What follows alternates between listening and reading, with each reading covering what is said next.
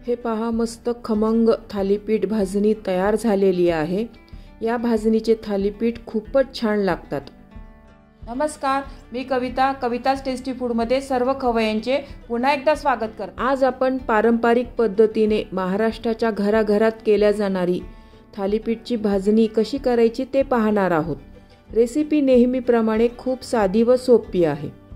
बऱ्याच लोकांना असं वाटतं की चकलीची भाजणी व थालीपीठची भाजणी सारखी आहे, पण तसे नाही। चकलीच्या भाजणीमध्ये तांदळाचे प्रमाण जास्त असते, नंतर थोड्या थोड्या डाळीचे प्रमाण आहे, पण थालीपीठच्या भाजणीमध्ये ज्वारी व बाजरीचे प्रमाण जास्त असते।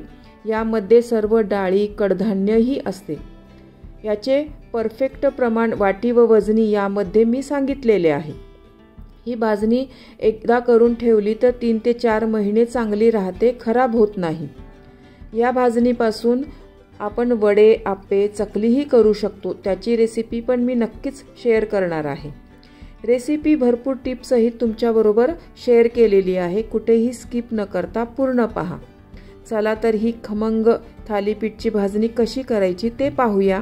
तुम्ही या चॅनलला अजून सबस्क्राइब केले नसेल तर जरूर सबस्क्राइब करा, ते निशुल्क आहे। यासाठी लागणारे साहित्य इथे अर्धा किलो ज्वारी घेतलेली आहे, पाव किलो बाजरी, पाव किलो गहू, पाव किलो तांदूळ, अख्खा हरभरा पाव किलो, हिरवे मूग आहे सालासकट हे पाव किलो घेतलेले आहे, 200 ग्राम उडीद आहे, हे 75 ग्राम मटकी आहे, 75 ग्राम चवळी आहे आणि अख्खा मसूर 75 ग्राम आहे, 50 ग्राम पोहे, 50 ग्राम साबुदाणा, 50 ग्राम धणे, 25 ग्राम जिरे आणि हे मोठा चमचे मेथी दाणा घेतलेला आहे। इथं मी अर्धा किलो ज्वारी घेतलेली आहे। तुम्हाला आवडत असेल तर बाजरी अर्धा किलो घ्या, ज्वारी पाव किलो घ्या किंवा अर्धा किलो ज्वारी बाजरी घेतलं तरीही चालेल, त्याची पण भाजणी खूप छान लागते। आता थंडी आहे ना, त्यामुळे मी इथं बाजरी घेतलेली आहे पाव किलो। हीच भाजणी जर तुम्ही उन्हाळ्यात करत असाल ना तर बाजरीच्या ऐवजी नाचणी घ्या पाव किलो, त्याच्याने पण आपले थालीपीठ खूप छान बनतात। आणि थालीपीठला खुसखुशीतपणा येण्यासाठी मी इथं पोहे घेतलेले आहे थोडे, आणि या भाजणीला चांगला चिकटपणा येण्यासाठी थोडा साबुदाणा घेतलेला आहे। इथं तुम्ही अख्ख्या हरभऱ्याच्या ऐवजी डाळी घेतल्या तरीही चालेल, मुगाची डाळ किंवा हरभऱ्याची डाळ घेतली तरीही चालेल।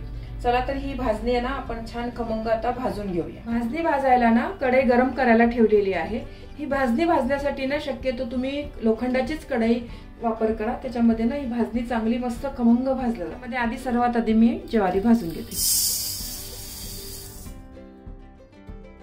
ही भाजणी आहे ना तुम्ही बारीक किंवा मीडियम गॅसवरच भाजा आणि सतत हलवा। या भाजणीला तुम्ही मोठ्या गॅसवर भाजू नका। मोठ्या गॅसवर जर ही भाजणी भाजली ना तर करपल्यासारखी होते आणि भाजणीची चव आहे ना कडवट होते। मग ही ज्वारी बघा चांगली मस्त खमंग भाजलेली आहे, तिचे ना आता व्यवस्थित लाह्या पण फुटायला लागलेल्या आहे बघा। एक 3 ते 4 मिनिट लागलं मला भाजायला हे। आता एका परातीमध्ये मी हे काढून घेते आणि परातीमध्ये हे काढताना याच्यामध्ये एक ओढणीचा कपडा किंवा कॉटनचा कपडा टाका, त्याच्याने ना हे आपण जे धान्य भाजून टाकणार आहे ना त्याला असं पाणी सुटणार नाही, नाहीतर ओलसर होतं मग हे। आता मी ज्वारी भाजून घेते। सर्व धान्य आहे ना मी मीडियम गॅसवर भाजून घेत आहे, पण सतत हलवत आहे, असं सोडून दिलेलं नाहीये। सोडून दिलं ना तर मग लगेच आपलं धान्य आहे ना करते। बऱ्याच लोकांना असं वाटतं की चकलीची भाजणी आणि थालीपीठची भाजणी आहे ना ते दोन्ही भाजण्या सारख्याच आहे म्हणून, पण तसं नाही आहे।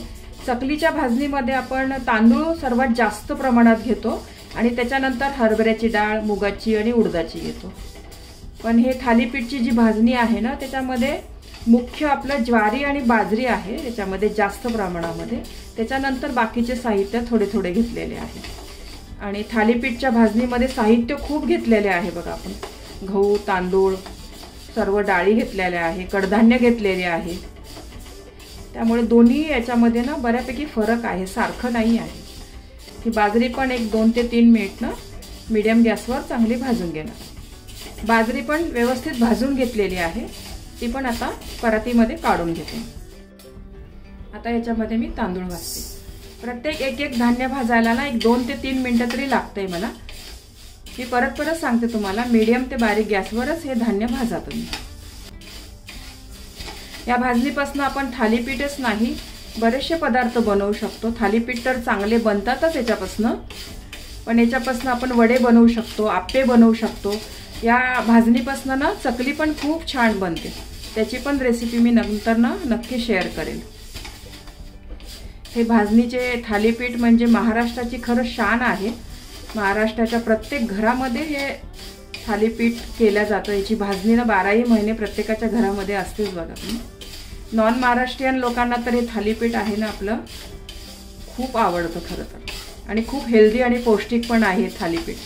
याच्यामध्ये सगळं डाळी, कडधान्य, धान्य घातलेली आहे ना. खूपच हेल्दी चांगलं थालीपीठ बनतं. तुम्ही याचं थालीपीठ ना सकाळी नाश्त्याला, दुपारच्या जेवणाला किंवा संध्याकाळी करू शकता. खूप हेल्दी थालीपीठ आहे आपलं हे. तांदूळ पण व्यवस्थित भाजले आहे बघा. छान मस्त ना फुललेले आहे तांदूळ बघा. हे तांदूळ पण ना परातीत काढून घेते. आता हरभरा भाजून. हरभरा भाजायला ना थोडा जास्त वेळ लागेल, कारण हरभरा हा मोठा आहे ना साईजनी, तर थोडा जास्त वेळ लागू शकतो. हरभरे पण चांगले व्यवस्थित भाजले आहे बघा. मस्त खमंग भाजलेले आहे. हे पण परातीत काढून घेते. मध्ये ना गहू भाजून घेते. ही भाजणी आहे ना अशी खमंग भाजून घेतली ना, एक 2 ते 3 महिने ना एअरटाईट डब्यामध्ये ना एकदम चांगली राहते. अजिबात खराब होत नाही. आणि फ्रीजमध्ये ठेवली तर आणखीन जास्त दिवस चांगली राहते. त्यासाठी व्यवस्थित असं खमंग भाजून घ्या चांगलं. गहू पण छान मस्त भाजलेले आहे बघा. मस्त टपोरे झालेले आहे, फुलले आहे मस्त. हे पण परातीमध्ये काढून घेते. आता आपण यामध्ये ना हिरवे मूग भाजून घेऊया.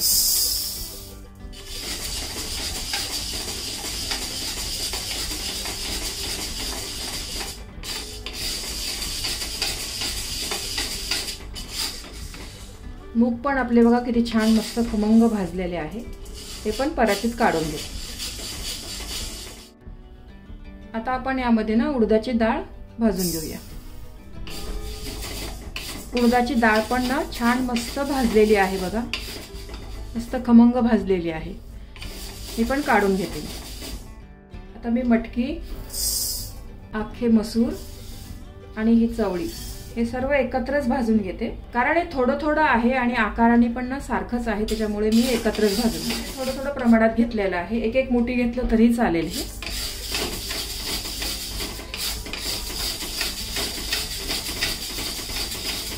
ही सर्व कडधान्य आहे ना छान मस्त खमंग भाजली आहे.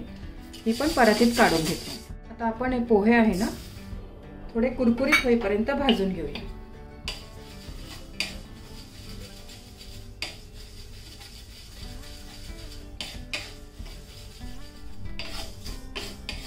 पोहे पण छान मस्त कुरकुरीत झालेले आहे बघा. पोहे पण काढून घेते. आता आपण साबुदाणा पण भाजून घेऊया. साबुदाणा आहे ना तुम्ही या भाजणीमध्ये घालत नसाल ना तर एकदा घालून बघा. त्याच्याने ना या भाजणीला ना छान असा चिकटपणा येतो. हा साबुदाणा पण आहे ना चांगला व्यवस्थित मी फुलवून घेते. साबुदाणा पण ना छान मस्त खमंग भाजला आहे बघा. मस्त फुलला आहे साबुदाणा. आता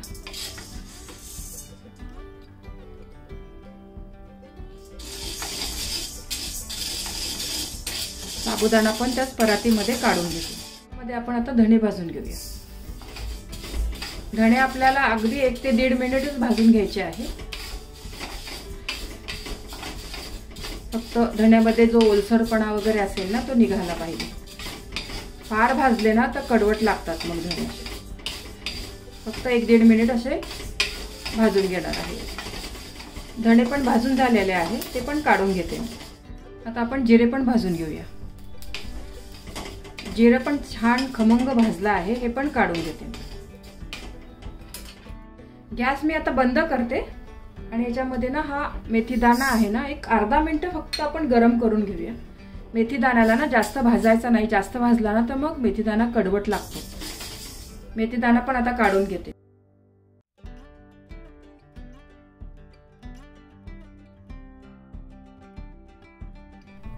हे पहा पूर्ण भाजणी आपली भाजून झालेली आहे. हे पहा आपली भाजणी आहे ना पूर्ण गार झालेली आहे. व्यवस्थित मिक्स करून घेते मी तिला.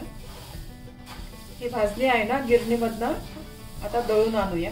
भाजणी दळताना गिरणीवाल्यांना सांगायचं की थालीपीठची भाजणी आहे म्हणून. ही आपण चकलीची भाजणी आहे ना एकदम बारीक दळून आणतो ना, तशी आपल्याला नाही दळायची आहे. ही ना थोडंसं जाडसर दळायची आहे. जसं ज्वारीचं पीठ आपण दळून आणतो ना त्या पद्धतीने दळून आणायची आहे आपल्याला ही भाजणी. थोडी जाडसर आणली ना तर त्याचे थालीपीठ आहे ना छान मस्त खुसखुशीत होतात. मग गिरणीवाल्यांना सांगितलं ना तर व्यवस्थित देतात ते दळून आपल्याला.